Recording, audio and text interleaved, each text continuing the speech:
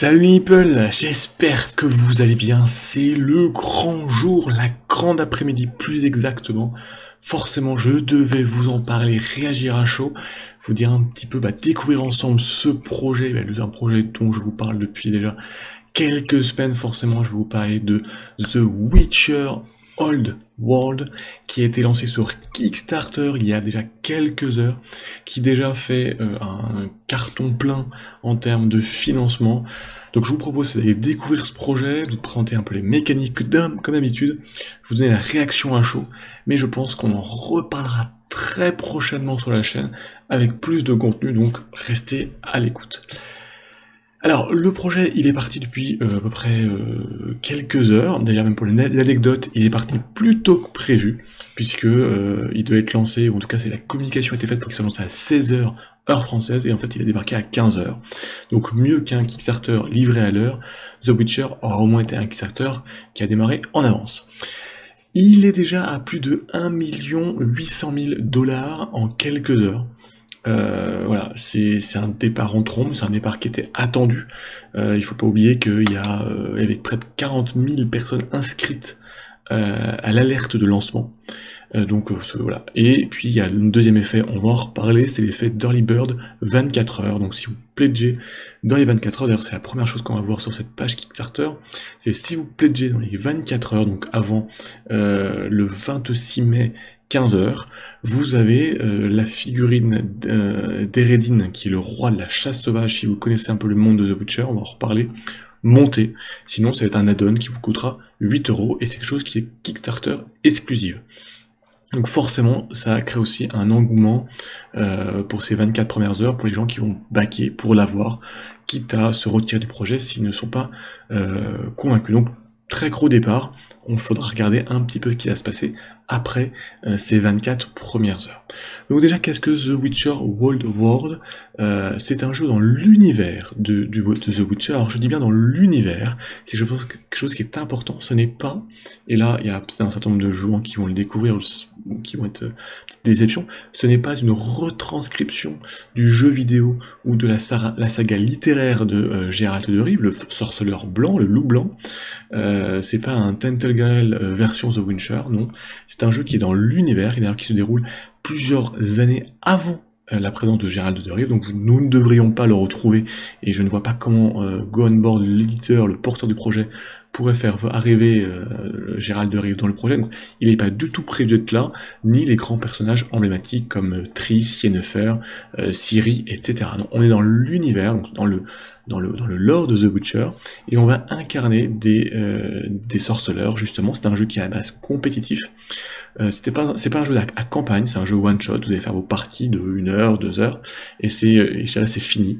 C'est un jeu où vous allez donc incarner ces sorceleurs, différentes classes, différentes écoles de sorceleurs, et vous allez parcourir le monde pour acquérir de nouvelles compétences, pour chasser des monstres. C'est le travail du sorceleur dans la saga, de chasser les monstres, et d'en tuer un certain nombre, le premier, et donc de remporter la partie, être le premier à tuer ces monstres.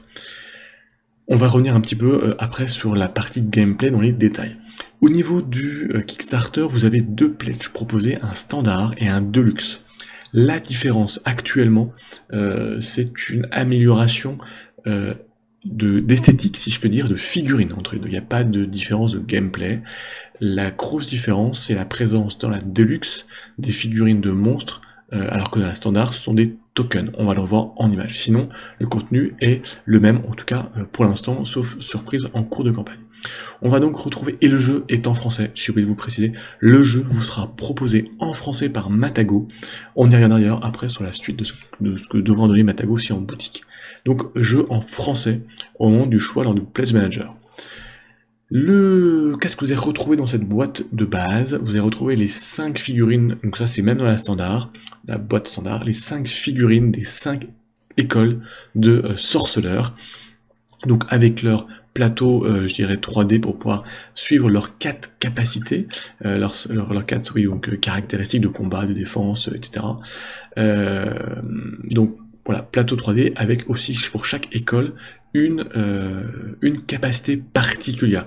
Si vous voulez plus de détails sur chaque école, je vous en remettrai dans la description de la vidéo un article où je présente voilà, les 5 écoles, leurs capacités uniques et particulières. Donc voilà, on a les figurines, on a, parce que c'est un jeu aussi à base en fait de cartes et de decks, c'est un deck, il y a une partie deck building, vous allez construire votre deck pour combattre. Donc on a aussi les 10 cartes de base de l'école, pour chaque école, et ensuite vous allez pouvoir les améliorer. Donc on a ici voilà, les différentes figurines, les différents plateaux, l'ensemble des 5 classes de sorceleurs. On va passer aux monstres. Alors, on le voit tout de suite. À gauche, vous avez la figurine du monstre, ici un Leshen, ça c'est pour la Deluxe. Dans la version standard, vous avez la carte du monstre et un token pour représenter le monstre. Sur ces cartes de monstres, qu'est-ce que vous allez retrouver? Vous allez retrouver ces points de vie, ici 18, et vous allez retrouver un petit peu, ils ont une capacité unique chacun, puisque l'objectif du jeu c'est de tuer ces monstres, de gagner ces trophées, et de le premier à avoir 3 ou 4 trophées, en fonction de la partie que vous allez faire. Donc vous allez retrouver voilà, un certain nombre de monstres, le Leshen, le Griffon, tous les monstres du bestiaire du monde du sorceleur. Si vous connaissez les jeux vidéo ou les livres, vous allez retrouver voilà, dans des jeux des monstres que vous connaissez, le loup-garou, les araignées, etc. Enfin bon, tous ces petits néquers, etc., etc. Voilà. Les figurines sont plutôt jolies, elles sont avec des socles texturés, parfois avec de grosses textures, donc ça promet de très belles choses, en tout cas en termes de figurines. On a tout ce qui est les cartes aussi, puisque bien sûr il y a une grosse partie de cartes. Alors les cartes, on va retrouver quoi comme type de cartes? Des cartes de potions, parce que tout sorceleur a des potions. Ce sont des potions que vous allez pouvoir acheter, acquérir, et que vous allez pouvoir en particulier boire en début de combat, qui vont donner des capacités particulières, parce que bon, pour ceux qui ne connaissent pas du tout l'univers des sorceleurs, les sorceleurs sont des garçons qui subissent un certain nombre de tests, de mutations génétiques avec des potions. Beaucoup meurent d'ailleurs dans cette préparation, dans cette formation, et donc ensuite ceux qui survivent ont cette capacité en buvant certaines potions de développer des capacités magiques, des différentes capacités. Donc là c'est voilà, vos cartes de potions. Il y aura bien sûr les cartes de trophées. Lorsque vous allez combattre des monstres, vous aurez des trophées. Ces trophées vont donner une capacité particulière. Des cartes d'exploration, alors parce que c'est pas un jeu, je dirais, d'aventure, c'est pas un jeu d'exploration dans un sens à scénario qui se suivent, mais au cours de l'aventure, vous allez vous déplacer sur une grande carte avec plein de villes, et donc dans ces villes, vous allez pouvoir explorer les villes ou les environs et obtenir des quêtes, faire des choix, être envoyé sur une nouvelle carte. Il y aura comme une petite part narrative et de choix à faire. Vous avez toute la partie des cartes d'action, on va y revenir, ce sont les cartes qui vont faire du combo, qui vont pour vos attaques, et de vos decks de cartes aussi lors des combats, reprendre vos points de vie. Donc l'objectif lorsque vous combattez un monstre ou un autre sorceleur, parce que vous pouvez combattre l'un contre l'autre, c'est d'être de faire vider le deck de l'autre en premier. Vous avez des cartes d'événements, des cartes d'aide, etc. Les cartes de monstres, alors c'est pour l'instant une petite déception, les monstres ont un deck commun. C'est vrai qu'on aurait bien aimé des decks pour chaque monstre, ça aurait fait beaucoup de cartes pour vraiment orienter le combat des monstres, même si chaque monstre vient avec une capacité unique et quelques effets qui leur sont propres. Après le deck ici c'est un deck de 20 cartes qui est propre à tous les monstres. Puis on va retrouver tous les tokens, tous les dés, et puis bien sûr un grand plateau. Alors c'est aussi, on le voit légèrement, c'est un plateau dans lequel vous allez retrouver toute la carte. Vous allez vous déplacer, donc c'est des villes, des lieux. Dans chaque lieu vous aurez des capacités particulières ou des effets à obtenir. Et puis sur la partie du plateau de droite, vous avez tout l'ensemble des emplacements pour la partie de la mise en place des cartes, la mise en place des monstres, la mise en place de la rivière de deck pour pouvoir acheter de nouvelles cartes. Donc c'est un plateau qui reprend vraiment tout sur le plateau, donc en termes de mise en place, ça permet une certaine clarté. Première info importante, si vous passez par le Kickstarter, vous aurez une extension solo coop gratuitement. C'est une extension qui sera ensuite qui sera vendue en boutique. Donc cette extension est gratuite pour Kickstarter, c'est l'extension La Chasse Sauvage. Dans le monde du sorceleur, si vous ne connaissez pas, la Chasse Sauvage, c'est un groupe d'elfes qui en fait vient d'un monde parallèle, qui revient régulièrement sur Terre, qui viennent tuer, chasser et enlever des humains pour en faire leurs esclaves. Et donc dans cette extension, vous allez vous regrouper en solitaire ou en coop pour combattre des monstres sur la carte. C'est une des conditions de défaite, d'ailleurs s'il y a trop de monstres sur la carte, combattre un petit peu les serviteurs de la chasse sauvage, réussir donc à contenir cette menace, à vous développer pour pouvoir réussir dans un combat où vous allez tous vous associer à combattre le roi de la chasse sauvage, Eredin, un combat qui est annoncé comme étant compliqué, épique, d'où la nécessité d'être à plusieurs et d'être préparé correctement pour pouvoir vaincre le roi de la chasse sauvage. La carte qui est en Kickstarter et en Early Bird actuellement, et ensuite en add-on à 8€, la carte de Eredin montée peut remplacer la figurine de Eredin ici qui est à pied et vous donner un autre boss à affronter. C'est justement là, cette carte et cette figurine dont on parlait à l'instant. Alors on va un petit peu s'arrêter sur les stretch goals, c'est important de voir un petit peu ce qui est déjà débloqué et qui va orienter un petit peu cette campagne. Tout d'abord, il faut savoir qu'il y a en parallèle une campagne sur la plateforme de participation financière participative polonaise, puisque Go On Board, l'éditeur, le porteur du projet, est polonais. Donc ils donnent une campagne en parallèle et ils débloquent aussi des stretch goals qui sont ici retranscrits. Donc on les aura aussi.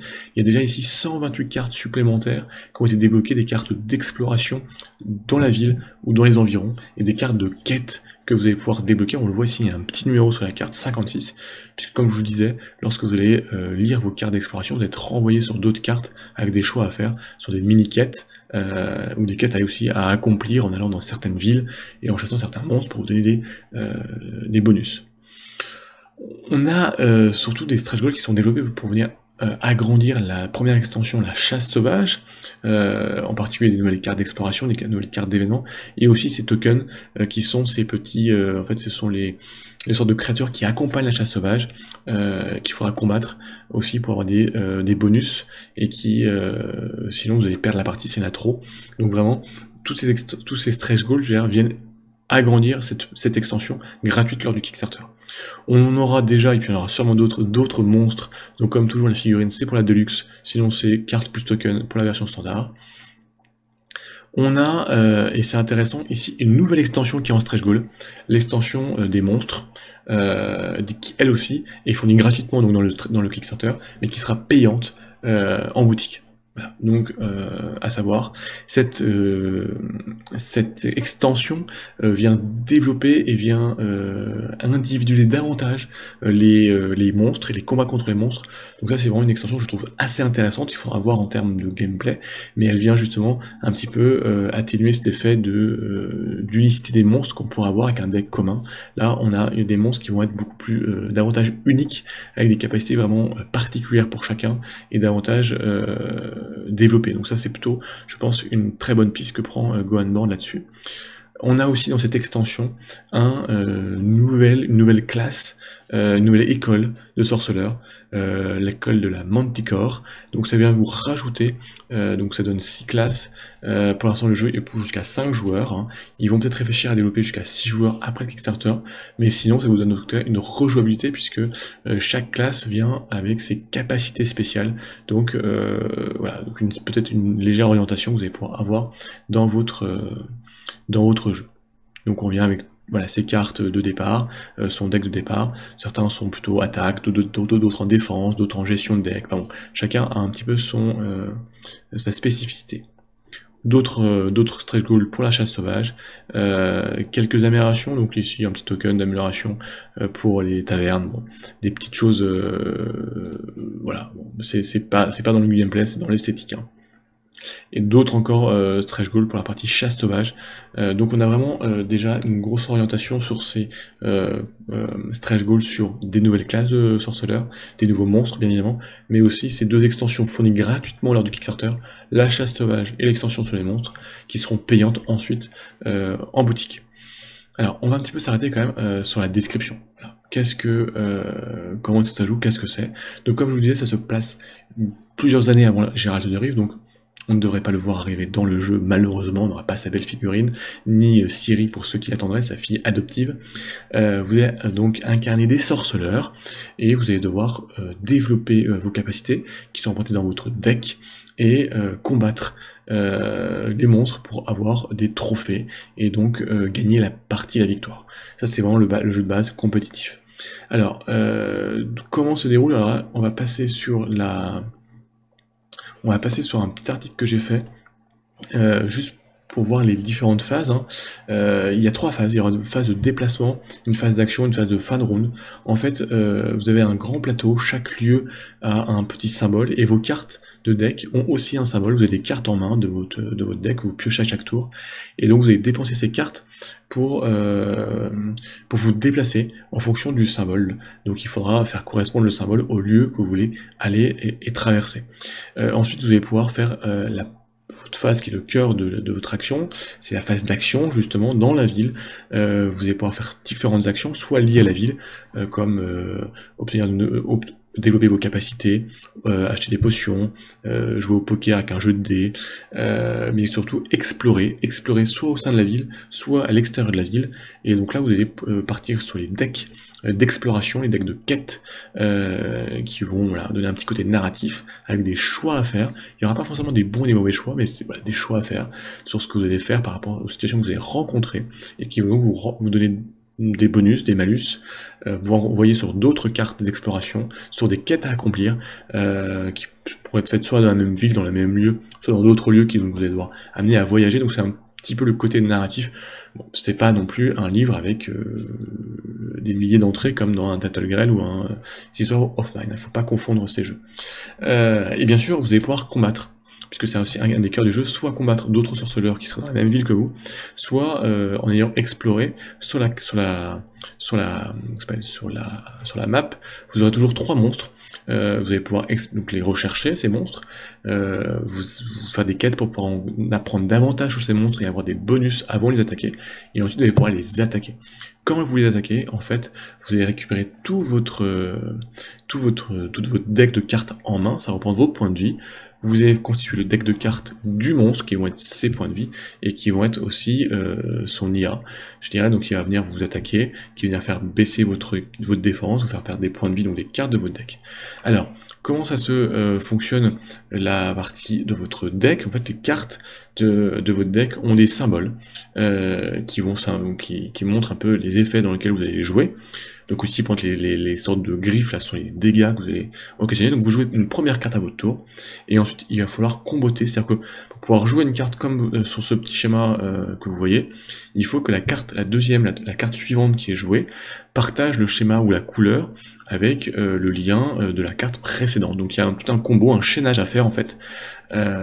Et donc vous allez pouvoir réussir à faire comme ça des attaques dévastatrices. Donc ici par exemple vous ferez 5 points de dégâts, plus que vous allez pouvoir piocher 2 nouvelles cartes.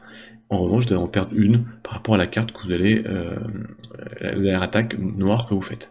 Donc c'est vraiment un jeu, il va falloir acheter, je dirais, les bonnes cartes pour pouvoir faire le maximum de combos, le maximum de chaînage pour faire des attaques dévastatrices, et vous préparer aussi, parce que vous pouvez faire des dégâts, mais vous pouvez aussi vous mettre en défense pour pouvoir encaisser les dégâts, pour pas perdre des points de vie. Voilà, à vous de voir en fonction de votre sorceleur. Donc c'est un jeu à base de cartes, de deck building en fait, à construire et à vous développer.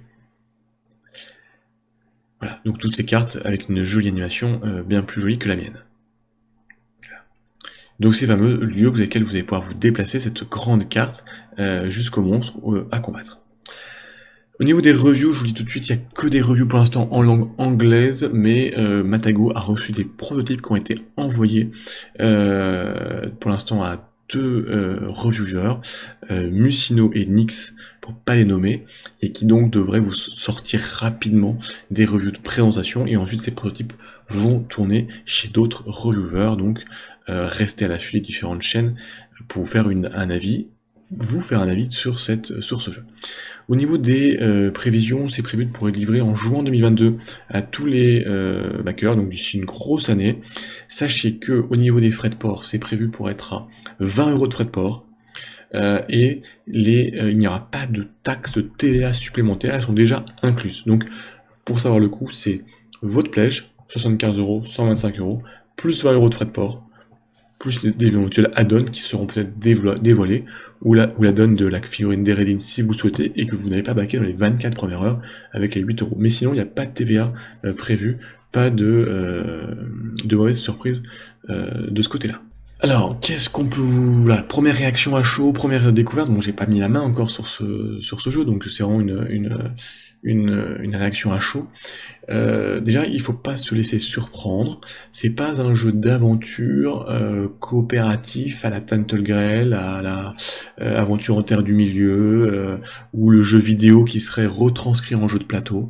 Non, c'est un jeu compétitif dans l'univers du sorceleur, qui se joue en une soirée, et où vous incarnez un sorceleur et vous devez combattre des monstres, qui est le métier de base du sorceleur. Voilà, donc si vous attendiez un jeu d'aventure, un jeu ultra narratif à jouer avec une campagne, etc., c'est pas le cas.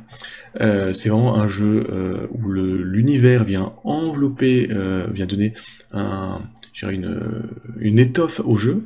Le jeu, sinon, c'est du deck building, c'est du jeu d'exploration, de préparation de quêtes, un petit peu narratif malgré tout avec les cartes, hein, il faut que vous aurez les quêtes, mais sinon c'est voilà du deck building, des cartes à acheter, développer votre deck pour avoir plus de points de vie déjà, et puis avoir plus de capacité et devenir de plus en plus puissant pour affronter des monstres qui sont de plus en plus puissants et être le premier à récupérer 3-4 trophées dans cette course au point de victoire. En fait, c'est une course au point de victoire au final.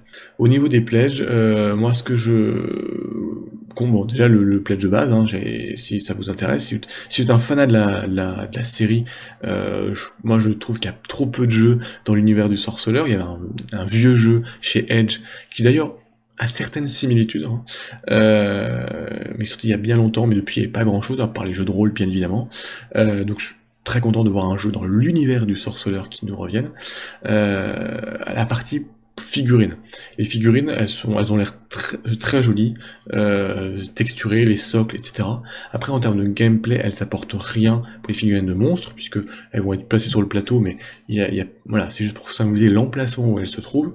Donc c'est, à mon sens, à conseiller surtout aux peintres et à ceux qui sont vraiment des aficionados du jeu, du sorceleur. Sinon, la belle boîte de base avec le matériel, les sorceleurs en figurines 3D et les tokens pour les monstres, je trouve que c'était un beau point de départ, une belle entrée en matière. Après, il faudra voir en fin Kickstarter, parce que on commence à nous dévoiler des améliorations de figurines pour du matériel. Donc il y aura peut-être aussi d'autres choses qui seront dévoilées, qui rendront la pledge de luxe figurine un peu encore plus intéressant. Donc voilà, à regarder jusqu'au bout. C'est vraiment là une première réaction à chaud. Donc on refera peut-être une vidéo en fin, donc d'ici 15 jours, parce que la campagne dure 15 jours, pour regarder vraiment tout ce qui a été débloqué et faire un choix définitif. Et puis surtout, on va regarder et on va essayer de vous en parler un peu plus avec du gameplay, avec du prototype, avec tout ça, pour vraiment vous faire une idée sur ce titre. En tout cas, moi qui suis un grand fan du jeu vidéo, de la saga des livres, je suis très content de voir un jeu qui arrive dans l'univers du sorceleur. C'est un jeu dans l'univers, donc ça il faut bien le comprendre. Moi, retrouver un jeu qui soit sur un cours, entre guillemets, sur une soirée, j'ai déjà des gros jeux d'aventure, ça permet de contrebalancer, pas d'avoir que des jeux d'aventure qui durent des mois, parce qu'on a du mal à les finir parfois. Et puis en termes de mécanique, c'est un jeu qui reste relativement simple, hein, c'est un jeu de déplacement, deck, donc c'est un jeu qui semble assez familial, donc pour pouvoir jouer avec des gens qui sont pas forcément des core gamers, des experts, c'est pourquoi pas. Donc en tout cas, c'est un projet que je vais suivre de très très près, je vous en reparlerai forcément tout au long de la campagne.